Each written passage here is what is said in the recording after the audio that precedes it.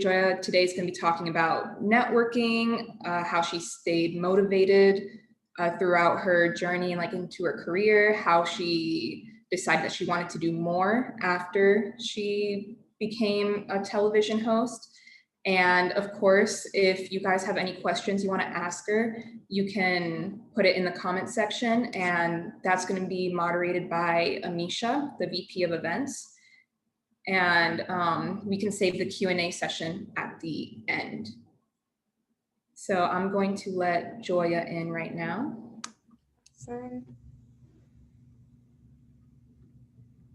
Perfect. And I'm also going to send a little PowerPoint in the chat so people can follow along and go over the notes that she is speaking about.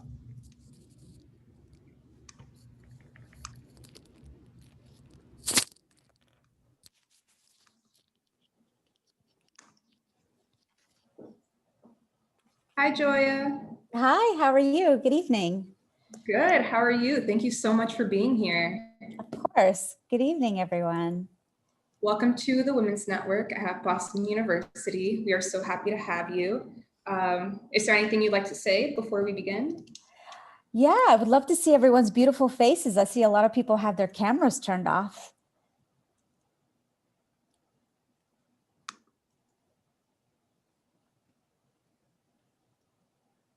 Okay, while people do that, let's get started. So you're the founder of Lady Drinks, which we will get into more later. But is that what you had in mind when you started your career? I have known since I was 4 years old that I wanted to be a journalist, and more particularly, I knew I wanted to be a television anchor. And I think it's important to say on pretext that I was born to Indian immigrant parents. My dad, every night by ritual, would sit down to watch NBC Nightly News with Tom Brokaw, and I would sit on the floor by his legs and watch. And I think for him, it was patently being American. And for me, it was patently my future. But as things go, because I was born in a very traditional family, I wanted to move to New York. I wanted to be a journalist. I wanted to date who I wanted to date. I wanted to live life on my own terms. That was not something they were on board with. So I left at 18 and I paid for college and I paid for grad school and I paid for every move around the country by myself to come to New York and live out that dream. So the business that I run today, which is called Lady Drinks, was truly born out of a personal pain point. Because I was unsupported by my family for so long in crafting this really high profile career, I had to install other people as my supports along the way. And I was like, well, at like the 10-year mark of my career, I was like, well, maybe I'm not the only Indian girl that has the odds stacked against her this way. Maybe there are others that are struggling in the way that I was struggling. And I just had the gift of being able to install other people as my support system. So what if I started to build that for other women? And so I took what I knew, what I needed. What I did for a living is that I interviewed CEOs every day on the floor of the stock exchange. I moved that dynamic out in front of this community that I built, and I started to create learning-based networking events. And that was 8 years ago. I've now left television to run this full time. And I'm really proud of what I've done because people love the programming so much. It's not just Indian women anymore. There are tons of women who are coming from many different backgrounds. But at the end of the day, I'm trying to build support systems for whatever which way that looks like for you. That's incredible. So speaking of support systems, how did you find your support system before you started helping other women with theirs? So how did you do that in and out of school? I was always very vocal about what I wanted. And I think that is step one and a really key piece of finding your tribe or finding those support systems. You have to get very clear, step one, on what it is that you want. And then you have to, number two, just show up. You got to keep showing up and you have to keep vocalizing. I was unapologetic that this is what I wanted to do from a really young age. And then I had to do it again when I was in college. Like I said, I was paying for this by myself, and I went to a really wealthy school, and not everybody around me needed financial aid in the way that I did. And so I got there and I started writing letters and writing letters and writing letters to as many scholarships as I could. And finally, there was a doctor in the Midwest who decided to fund half of my education. And then I had to walk into the CFO's office of the college and be like, you know what, we're going to have to figure something out, you and me. We're going to sit here and we're going to jerry rig some solution to pay for the other, 20 of the other 10,000 that I owe, because I really need you to help me get through this. Like, I want to get on the other side. I have a dream. I have a goal. And he was so frustrated with me because he wasn't used to dealing with people that couldn't afford school. But I just, at every juncture, anytime somebody said no, I had to make sure that they understood how serious I was, how clear I was, and how badly I wanted it. That's incredible. And throughout all of this process, like throughout all of this is going on in your life, how did you maintain like that confidence that you knew, okay, this is what I want to do, but how did you keep yourself motivated throughout all of this? I think the other factor when I talk about the college story in particular is that I was also a product of a home of domestic violence. So I also recognized from a very young age that women didn't have a voice in my home, and that I wanted to use my voice to be able to make a living. So for me, I think that it was important to just keep that momentum moving forward and never back. Like, there was never an option for me to go back. The bridges were burned. I was only moving forward. So I think that's where I got some of my confidence from as well. And how did you build those professional connections when you were in college and then once you left college while you were going into your field?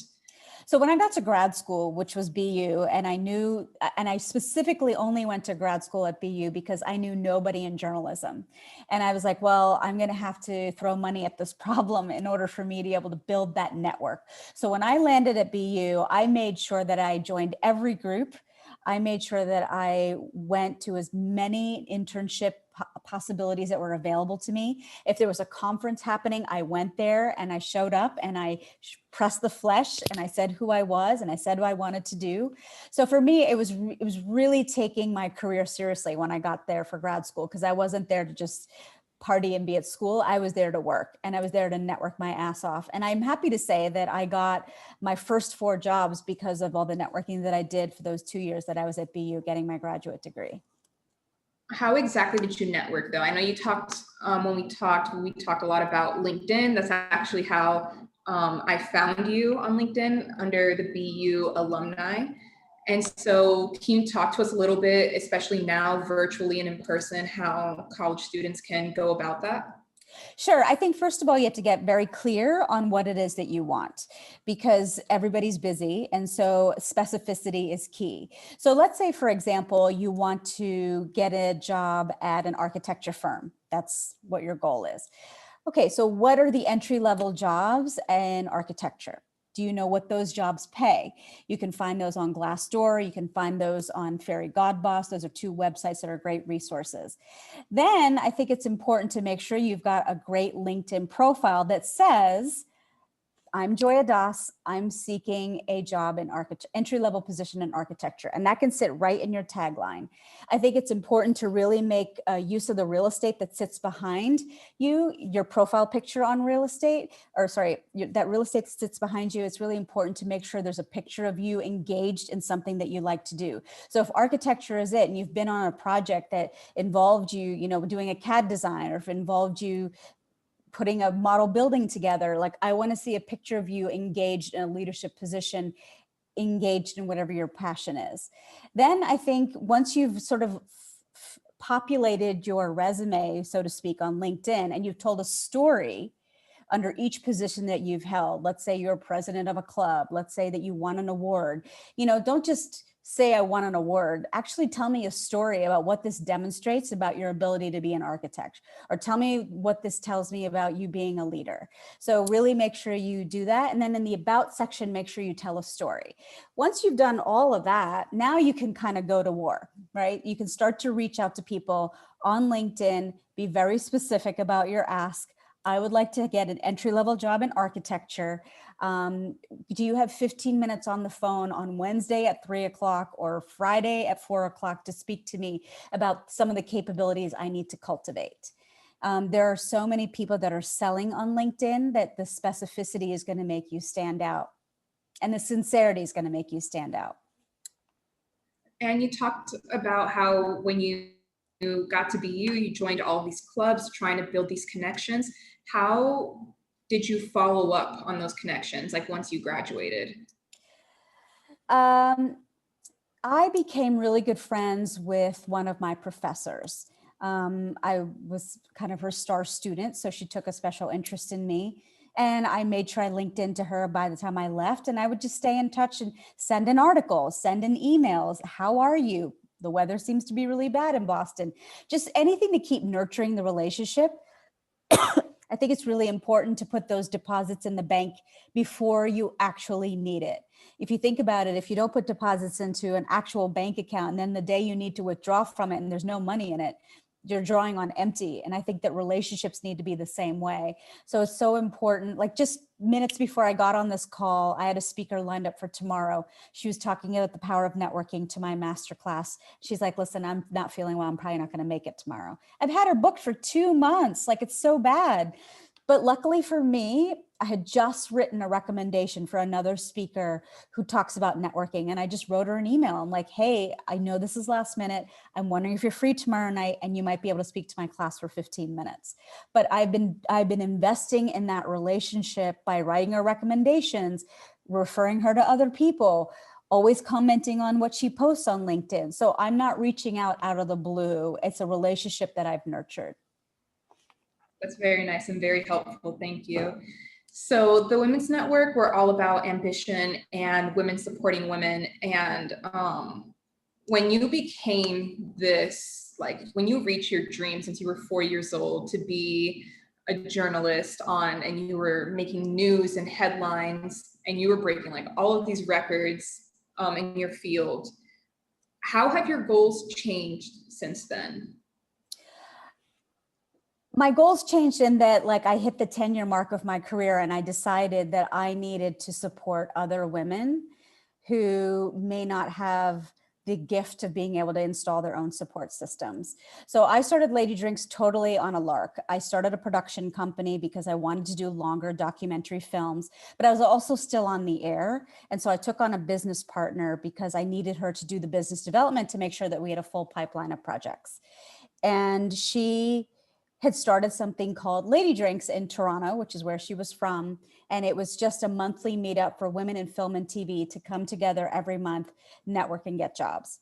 And so when she moved to New York and we went to City Hall to register our company, she asked me, could we start Lady Drinks meetups in New York City to build that pipeline of projects? And I said, sure. And lo and behold, I didn't realize that there was an entire generation of Indian girl that had grown up watching me on TV at a time when no Indian girls were on TV. So 300 women were starting to show up to my events.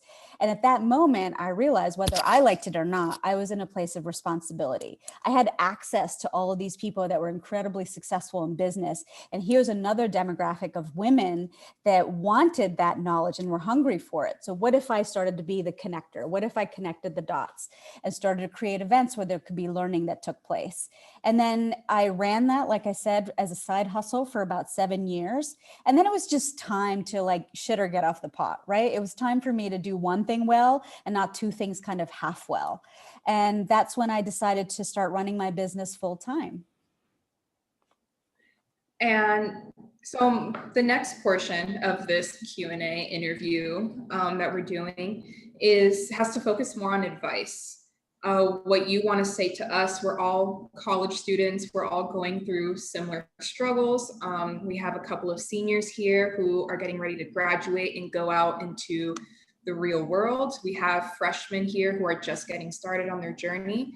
So that being said, what are some things women of color should be mindful of when they're going into the workforce? And how can we go about having those conversations about diversity? So Jessica, we had made all these slides. Where are they? Ariana? Yeah, so I sent them in the chat for people to follow along. I don't know if I can share them on my screen as well if you'd like me to do that. Yeah, I think that would be really helpful. Sure. Give me 1 second. Okay. So tell me which slide you'd like me to stop at. Go to 19. Sure. Okay.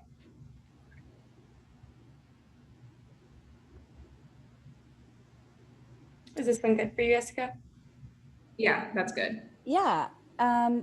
Well, it's a pretty broad question. So what was the question? I'm sorry that you asked. So what are some things women of color should be mindful of when going into the workforce? I'm going to qualify what I'm about to say with this. Like, I cater to a largely South Asian audience. So this is really speaking from my perspective. And then I see some questions actually coming up in the chat, so I'm glad to answer those as well. The one thing that I see again and again and again is that women love to go off on tangents, and they never answer the question that they were actually asked. So they're telling you like about their dog and the time that they went to the store, and you're like, I just wanted to know if, like, you know, that project is done. It's yes or no answer. So for me, like, I really love to walk into any meeting when anytime anybody's asked me a question, answer the question I was actually asked and follow through with supporting points. If you feel like you're going to go off track, put 3 bullet points down on paper so you can stay on message. But the biggest reason why this is important is because when you're first starting out in your career, people want to be able to trust you. They want to know that you're going to actually follow through. And one of the quickest ways that you can demonstrate that is by saying what you're going to do and then following through with what you said you were going to do. And that includes verbally. So I think that's like a big one that I've observed time and time again with even women who are in their 40s and 50s. I don't know where the second point started, but it seems to me that people are perennially apologizing all the time for everything. And I actually saw this happen with a guy the other day where we were at a restaurant, we were waiting to be seated, and he kept apologizing. And I was like, you're well within your rights to say, you know what, I need you to give me 15 minutes till I clear this table, and I will be seating you. Please have a drink in the meantime. Or, you know, people apologizing because they didn't respond to an email inside of like 2 hours. Oh, I'm so sorry for the delay. Stop apologizing. You have value, you have agency. You don't have to say I'm sorry. And a great way to track this, there's actually a Google Chrome extension called Just Not Sorry. You can download it. It's free. It actually tracks how many times you say sorry in an email and flags it. And I think that once you do that, it's eye-opening to see how many times people are just apologizing for things that aren't even in your control. If you can flip the next slide.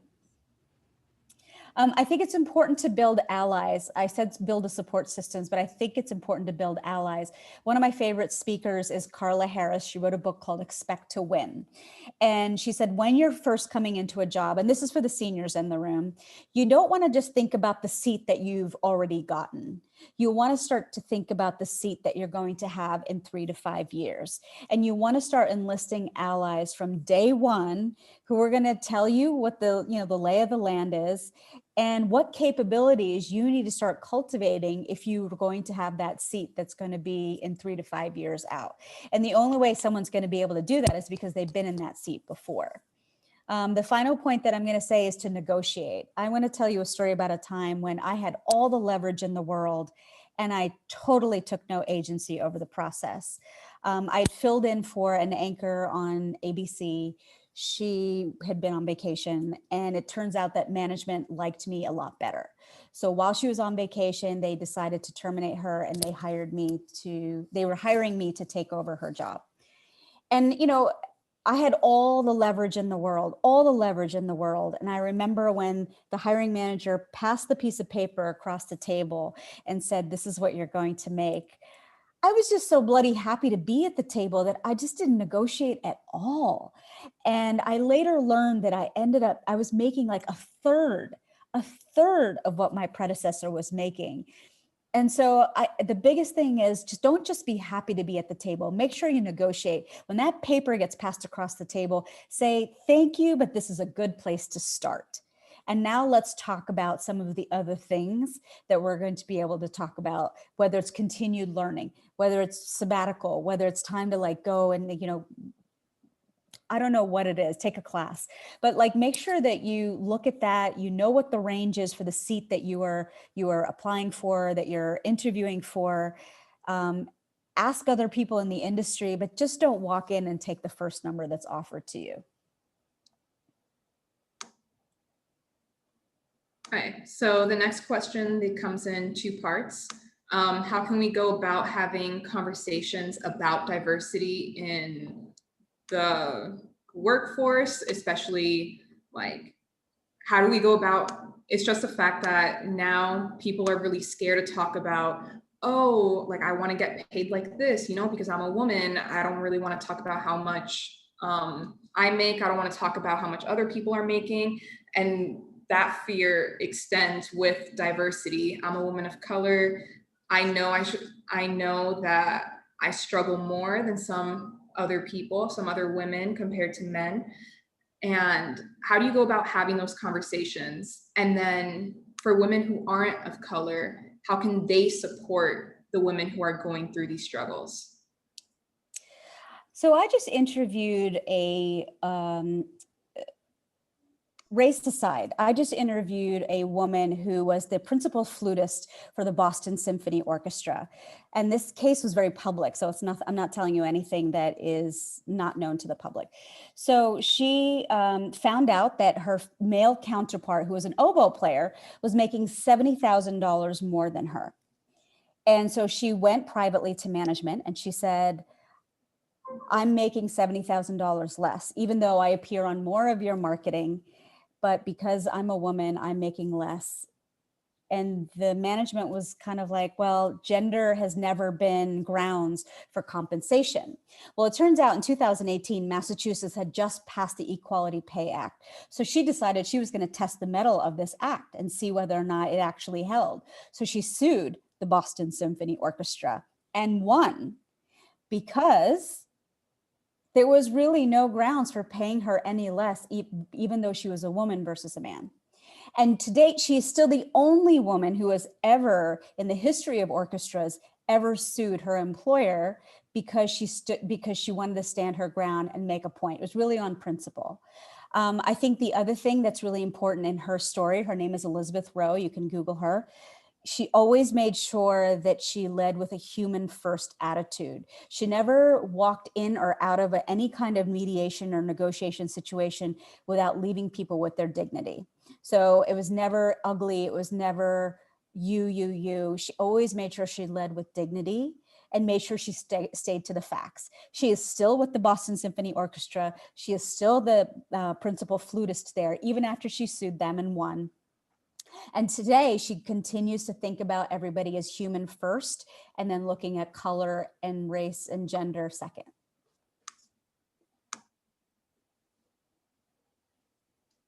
Ariana can go to the next page. Okay. So next we're going to go into the Q&A section that's going to be led by Amisha. Thank you so much for all of that. That was incredible. Amisha, you want to take over now? Yeah, hi Joya. So some of our participants have put some questions in the chat. Yeah.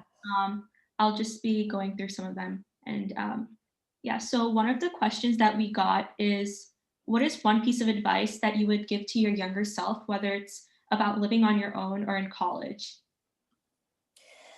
I am a chronic worrier. And I think that the biggest shift that I've had to make in the last couple of years is to understand that your subconscious mind is like the court stenographer. It has recorded everything, every trauma, anything anybody has ever said to you that was not kind since you were a little girl. And so if you really tap into some of the scripts that are playing through your head, and if you leave those unchecked, then that's kind of like the elephant at the circus, right? Where they're tied to the rope and they're never going to leave the perimeter of where that rope leaves them. But if you were to cut that rope, all of a sudden the elephant still goes in the same circle, in the same perimeter, because it doesn't realize that there's a bigger, badder world out there. So for me, I think about taking inventory of the scripts that are in my subconscious mind and really starting to make and say affirmations that are the opposite of it. So I grew up in a home where finances were always insecure.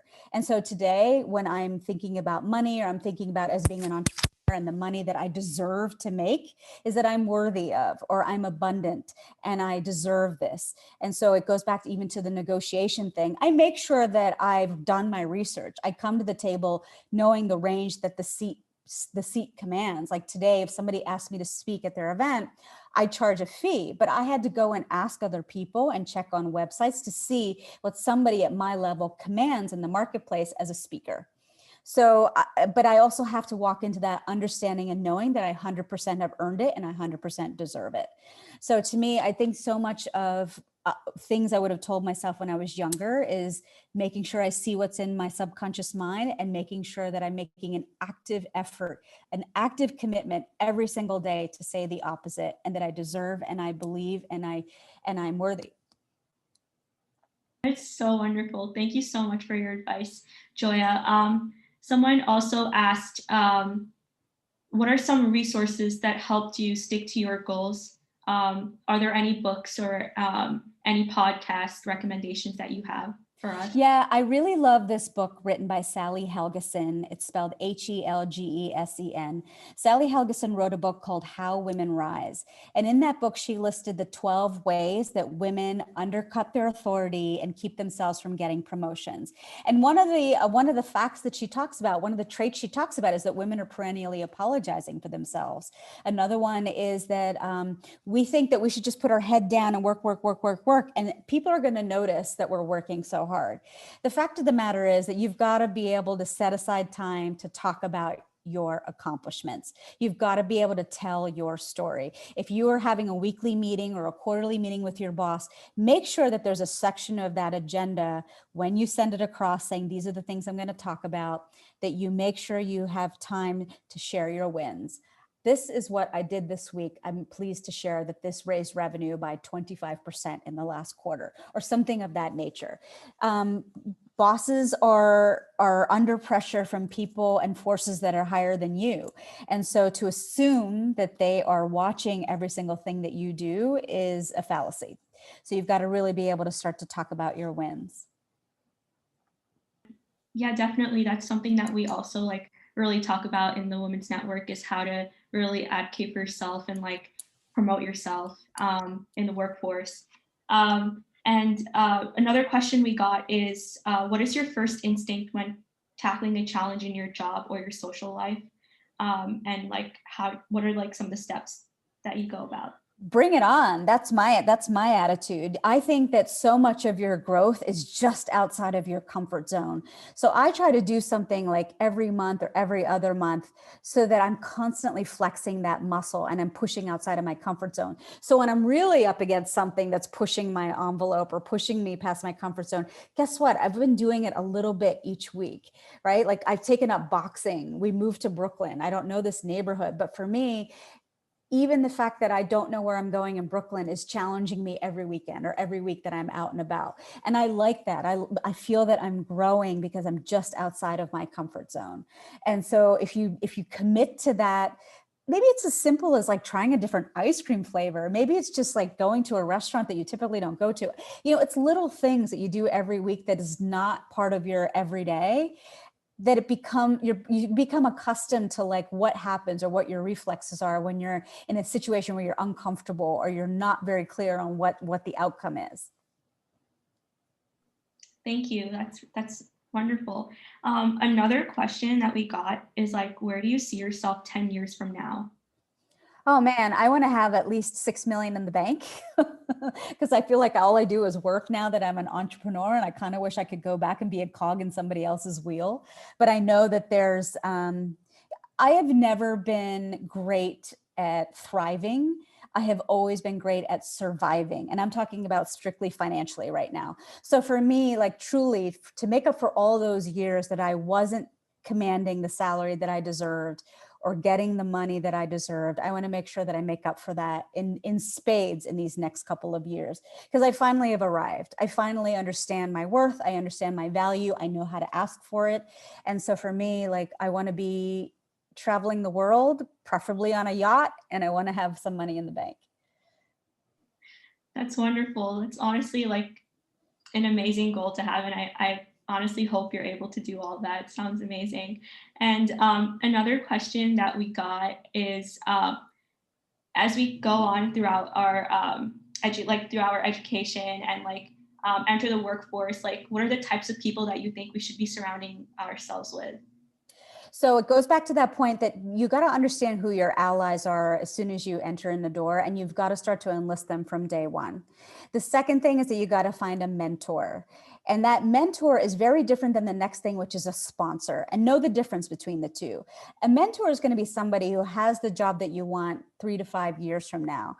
Can you figure out a way to establish a cadence of how often you're going to meet with that mentor? Why you have decided that they are going to be your mentor? What are the qualities that they possess? And then also figure out how you can be adding value to that person's life. But they are truly going to be that mirror that looks at you and says, if you want to make senior partner at this law firm, you need to cultivate X, Y, and Z. Now, here's the difference between what a mentor does and what a sponsor does. A mentor is talking about you to you in the same room. A sponsor is talking about you in rooms that you are not in. That person is making introductions that moves the needle on whatever it is that you want. I'll give you an example.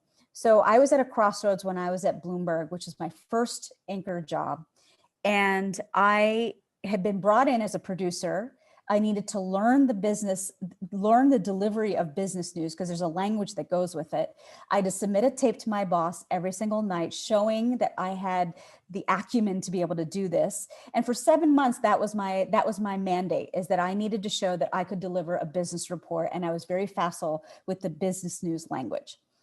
Well, as I was approaching the 7-month mark, and this was when I was supposed to be greenlit to be on TV, management changed. My boss that brought me in had laid out this plan, went off to London. So now I'm sitting across the table from my new boss, who's like, I don't know about anything about that plan. You're going to stay on as a producer. Good luck.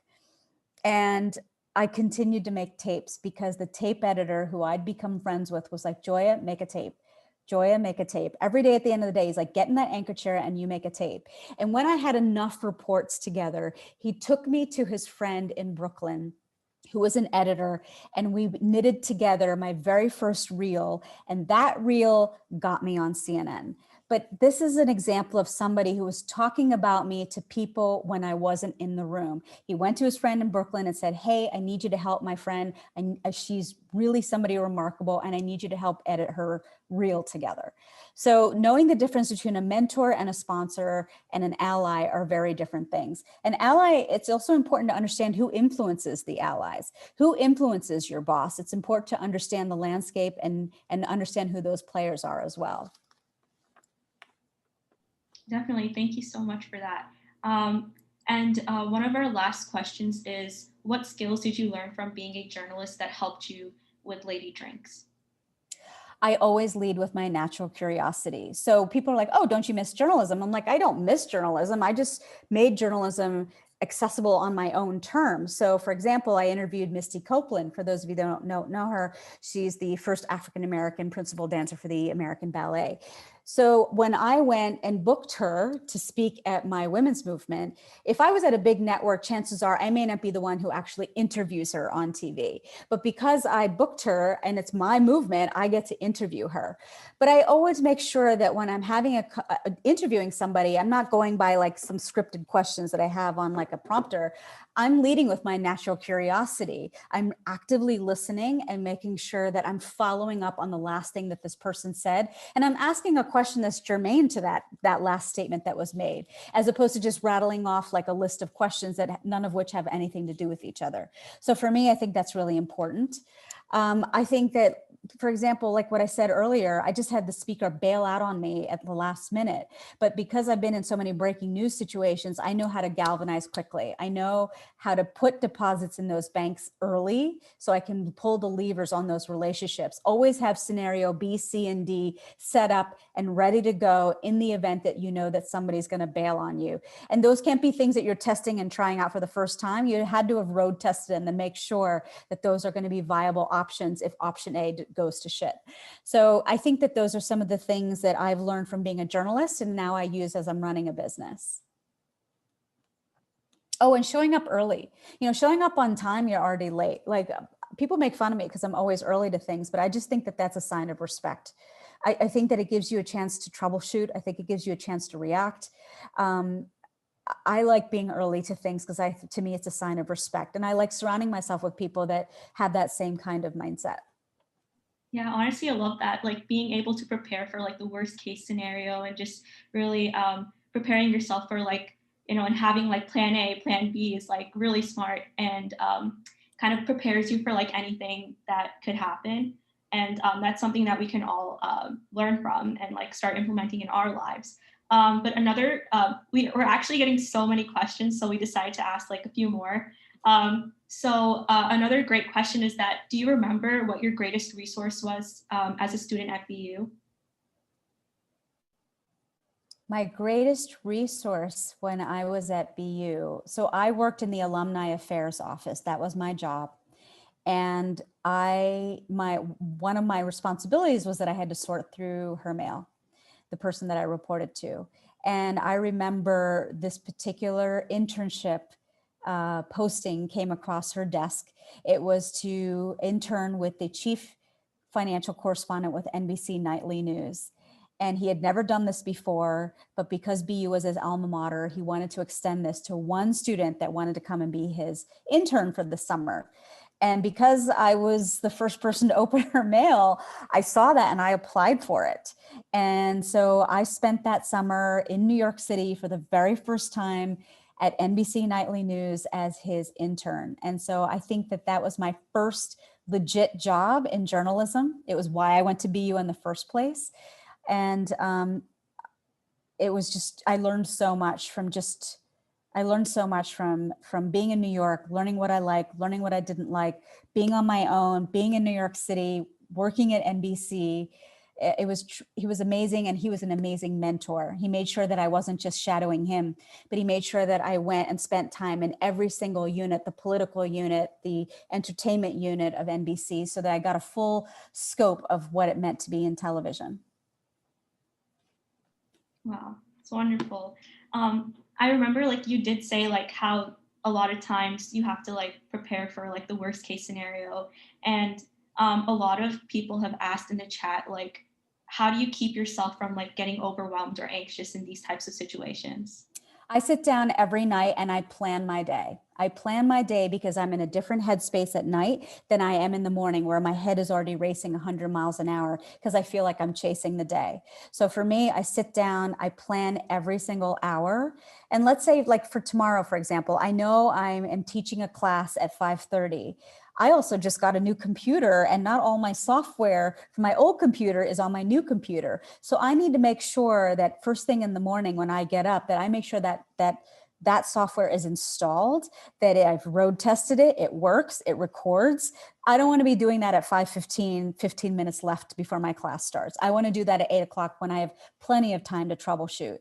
So for me, it's really important the night before to sit down and plan out my day, and also to really think about what the most important things are. So for example, I have a to-do list that's like, you know, it goes forever. It's like this, but not everything on there is urgent, and not everything on there is going to make me money. So it's really important for me to ask that question as I'm sitting down to make my to-do list. What are my top priorities? And what's going to make me money tomorrow? Now, that's as an entrepreneur. Obviously, that changes depending on where you are in your life. So that really helps me to contain the overwhelm.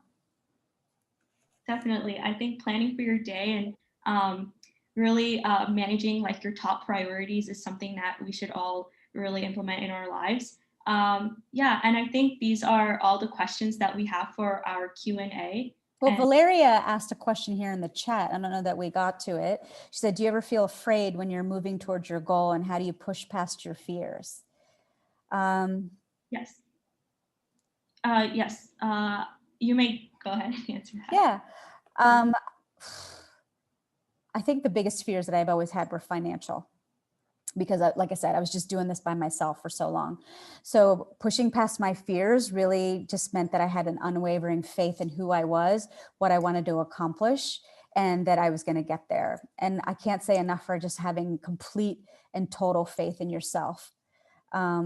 And that has just gotten me through so much. The scariest moment in my life was when I was sitting across the table from the CFO's office of the college. And he's like, young lady, how are you going to figure out how you're going to defray, you know, at that time, $16,000 in tuition? Like, you're 19 years old, 18 years old, like, where are you going to get this money? And for me, like, I just knew without a shadow of a doubt that I needed to keep moving forward, and I was going to figure it out. Now, granted, I did just sit back and wish. I wrote 1,000 letters to people asking for financial help, but I just knew that I was going to get through it. And so for me, I think that that helps to combat the fear, that clarity, and that unwavering faith. Thank you so much. Affirmations are a big piece of it too. I'm going to pass it on to Jessica now. Thank you, Amisha. Thank you for everybody who asked questions. So as we reach the end of our discussion here, Joya, thank you again for joining us. My last question to you is, if there are 2 to 3 things our members should remember as they leave from this meeting, what would it be? I'm actually going to flip that around to you. I would love to hear from some of the ladies that are on the chat here. Like, what's top of mind for you right now? I like Catherine Jones. I see that you've been listening very intently. Like, what's top of mind for you? I like love all the things that you said. You're like really inspiring. My track is advertising and marketing track, and I'm in the College of General Studies right now. So when I become a junior, that's when I move into a different college. I'm going to go into the comm school, and just like hearing from you and like your advice on how to like take initiative and, you know, like the mentor part, different from like a sponsor, it was just all like really insightful. And I feel like I recently connected with one of my favorite comm teachers from last semester, and we talked over Zoom for like an hour and a half, and he was saying that he can become a resource for me, in which I can stay connected to him outside when I graduate college, which, I mean, you kind of touched on that, so yeah. Yeah, but when you're entering into a mentor relationship, I think it's important to remember 3 things. One is like, how often do you plan to reach out to this person? Like, establish that cadence. How are you going to reach out to them? Is it going to be over Zoom? Is it going to be on a phone call? Is it going to be on email? And then like very specifically, like, what is it that you want this person to do in terms of moving the needle for you? I think when you can make it really specific in however which way you're deciding to engage with this person, it makes it easier for them to be able to answer you. Because sometimes when you're busy, you just don't want to have like the plethora of options. You just want to be able to answer one question. Yes. Valeria, I already answered your question. Caitlin, do you have a question? Not really, but I just want to thank you for like everything you said, because I've had kind of a hard time. Can you hear me? Yeah. I'm sorry, I've had a hard time like networking myself, so I feel like a lot of what you said is really helpful to me. And when it comes to networking, I think it's important to be interesting to talk to. So talk about the last book you read, talk about the last Netflix special that you binge watched on. For me, when I started out on the floor of the New York Stock Exchange broadcasting, guess who was all around me? It was all men. And like, I would just be a one-note wonder if all I did was talk about work, because that's boring. So I remember going to a Glenlivet tasting. It was a Scotch tasting. And this guy in a kilt was explaining like the 5 regions of Scotland and how the water and the terroir affects the taste of it. And I educated myself on Scotch. And then I drank a ton of Scotch and I understood what I liked and I didn't like. So guess what? The next time I was out with a guy or I was talking to him, I could talk about the fact that I loved Scotch and I could talk about it from a place of authority. So I think it's just important to be interesting to talk to. And then also when you're networking, let's say someone tells you they're a botanist, and you're like, I know nothing about botany. Then ask them questions around botany. How did you get into botany? What is your favorite thing about botany? What is your favorite part about your day? Like, I don't know, like it's called the spokes method, but it's like, if you think about the spokes on a wheel, if someone says to you, I'm a rocket scientist, you know nothing about being a rocket scientist, ask questions around it and you're never going to run out of things to say. Kelby, do you have a question? Well, something that comes to mind is I just had a job interview today. Oh, and congratulations. I'm hoping I got it. I think I did okay in the interview, but maybe if you have anything that you can say about navigating first steps of a career. I'm a freshman, so I'm really just starting out. I think it's important to ask a lot of questions. I think people, when they walk into an interview situation, think that you should be the recipient of all the questions. But to me, I would have a red flag about a candidate that came and didn't have questions prepared for me. Like, what's the company culture? If I take on this job, what are my growth prospects? What is the culture like? What is your favorite thing about working here? I think it's important to come in armed with questions to show that you're equally curious about this place that you're going to work. And again, like doing research on what that seat commands, and knowing what the range is, when they're saying salary, like, well, I'm actually at the top end of that range, or I'm at the bottom end of that range, but know what that range actually is. Karina, do you have a question? I don't have a question, but I just wanted to say that I love how confident you are, and I feel like something that I've definitely struggled with is recognizing what I want and going out and getting it. And I've just learned a lot, so thank you for that. You're welcome. What would you say is your top challenge when it comes to asking for what you want? Like, what happens to you? I think that I'm someone who needs to grasp all opportunities that are thrown at me. So when there are so many things happening, I don't know how to prioritize what I actually want, and I just want to like get everything done, which is a bit unrealistic, but yeah. So MIT, what's the most important task I need to do today? And that aligns with, like, I always have two lists. I have my goals, and then I have my to-do list. And so for me, I'm filtering all of my to-dos against what my top priorities are. And if it's not moving the needle on priority 1 or 2, then maybe it needs to be revisited on another day.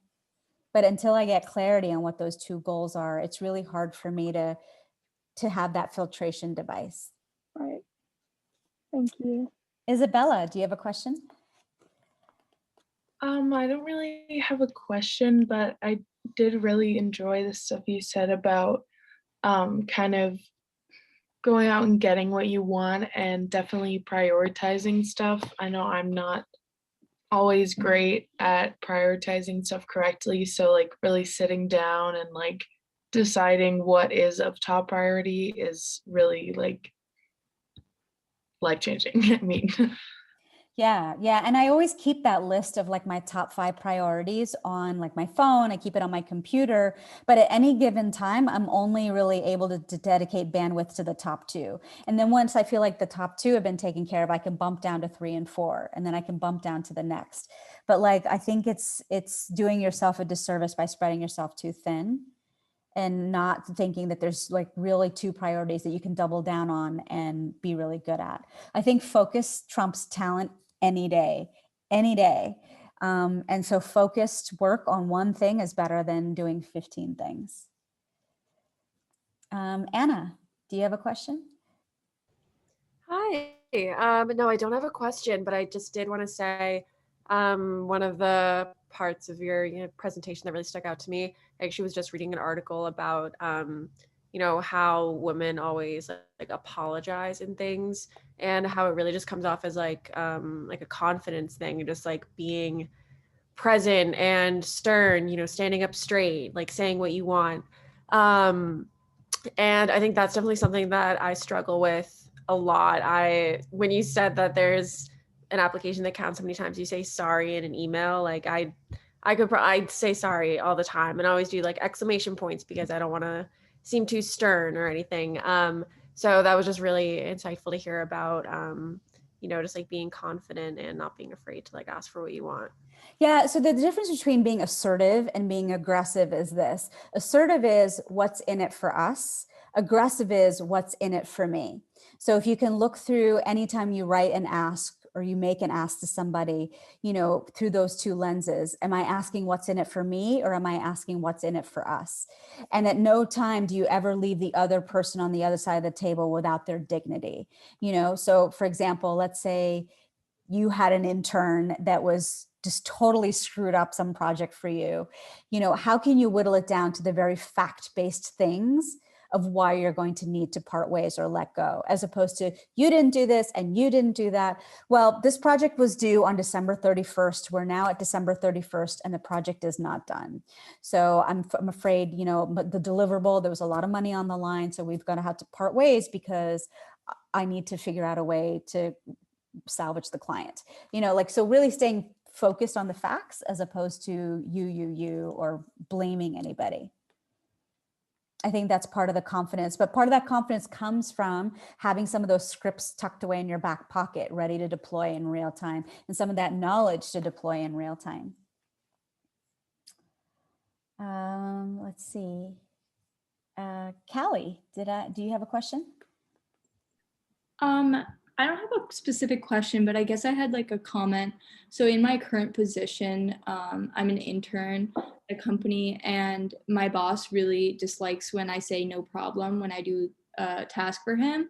And I think this might just be like a generational thing, not specific to women, but I'm sure like women do it more often. But it kind of just circles back to this idea that we do these tasks like because we think it's expected of us, and that they wouldn't accept anything less, and that's why we respond no problem, but like really we should be saying like you're welcome. And I just thought that maybe you could comment on this, and if there's a have you guys heard of Masterclass? It's like a website Masterclass where they've got people that are like famous that are hosting masterclasses on whatever their area of expertise is.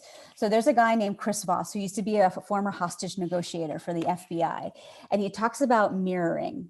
So he did an experiment where there were waiters at a new restaurant. And one set of waiters had to say, no problem. I want the steak, no problem. I want the fish, no problem. Then he had another group of people that repeated back what the actual order was. He calls it mirroring. So anytime someone's talking to you, what they really want is to be heard. So can you mirror back the last 3 words that they said, or any 3 words that they said? So if it's, hey, Callie, I need to make sure that you have this report done by Friday morning. Okay, just to recap what you're saying, this report, the deadline is Friday morning and it needs to be on your desk by possibly Thursday night, right? So like recapping and never walking away from a conversation without mirroring what the other person said versus no problem. So to close the loop on that waiter conversation, the waiters that repeated back the orders or repeated back what they heard ended up getting like a 20% higher tip than the ones that just said no problem. Does that help? yes, thank you. Yeah, mirroring, he calls it that. And so anytime you're in any situation and your back's up against the wall on anything, maybe you're negotiating with like, I don't know, somebody at the airport because you need to jump the line because your flight's about to take off, you know, like think about some of these tactics. We're pushing 9 o'clock. And so I know we're only plan to be here till 9. Anything else?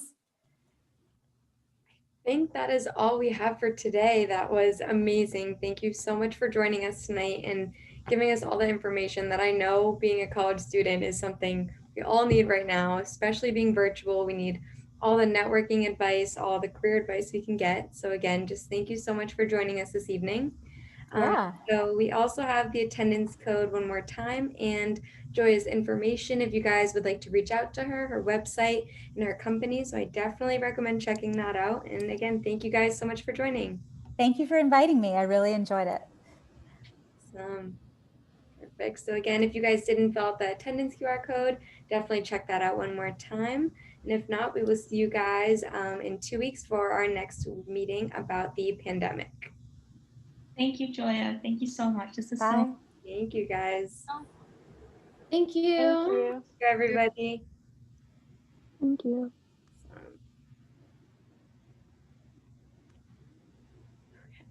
Awesome, guys. Good job. Awesome. It's gonna end the meeting.